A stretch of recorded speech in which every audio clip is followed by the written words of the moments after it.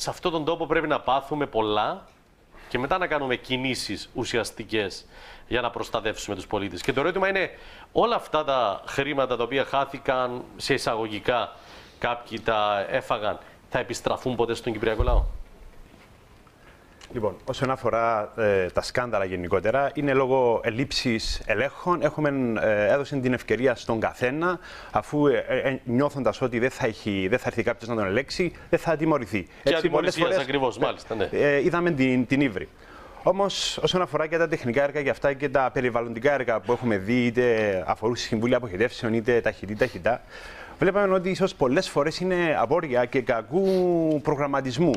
Δηλαδή στην ανάγκη να ολοκληρωθούν είτε γρήγορα τα έργα, όπως με ταχυτά, γιατί η Κύπρος, η Κυπριακή Δημοκρατία θα πλήρωνε κάποια πρόστιμα, στην ανάγκη να επιταχυνθούν οι διαδικασίες. Προφανώς έγινε και με κάποια προχειρότητα. Επίσης,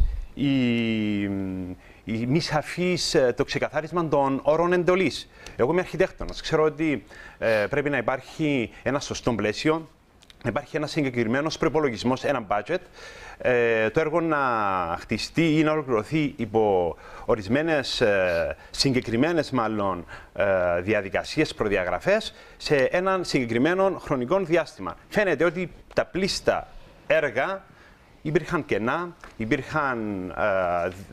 δεν υπήρχαν ολοκληρωμένες μελέτες. Γιατί κάποιοι όταν έπρεπε να δουλεύουν δεν δούλευαν, κύριε Αρμεύτη. Και έδιναν παράθυρα σε κάποιους που μπορούσαν να χειριστούν τον νόμο ανάλογα των συμφερόντων τους. Πρόσφατα ήμουν ταξίδι στην Γαλλία και μιλούσα με έναν τμήματάρχη, διευθυντή κάποιου τμήματος, που μου έλεγε τη στιγμή που ξεκινά ένα έργο και είμαι υπεύθυνος, δίνω τον τραπεζικό λογαριασμό εμένα και της γυναίκας μου. Αυτός είναι ένας πολύ απλός τρόπος. Όχι να περιμένουμε μόνο από το πόθεν έσχες. Άρα και να μην χρειάζονται ατέρμονες διαδικασίες στα δικαστήρια για να βρούμε τους λογαριασμούς. Και όταν θέλει να πάει να δημιουργήσει νέων λογαριασμών, ενημερώνει αυτών των γραφείων ελέγχου. Έτσι είναι αποτρεπτικά τα μέτρα, γιατί η μίζα θέλει τραπεζικό σύστημα, θέλει κάπου πρέπει να βάλεις αυτά τα λεφτά. Μπορεί να μην αγοράσει μια περιουσία, αλλά θα διακινηθούν. Έτσι θεωρώ ότι αυτός ο απλός ο τρόπος είναι μια μέθοδος η οποία θα μπορεί να λειτουργήσει αποτρεπτικά. Θεωρώ κάτι ανάλογο. Όλο αυτό γιατί δεν το κάναμε μέχρι τώρα, κύριε Αρμεύτη? Είναι κάτι πολύ απλό. Φαντάζομαι πολλά πράγματα. Θα πρέπει να μας απαντήσουν οι παλαιότεροι. Ναι.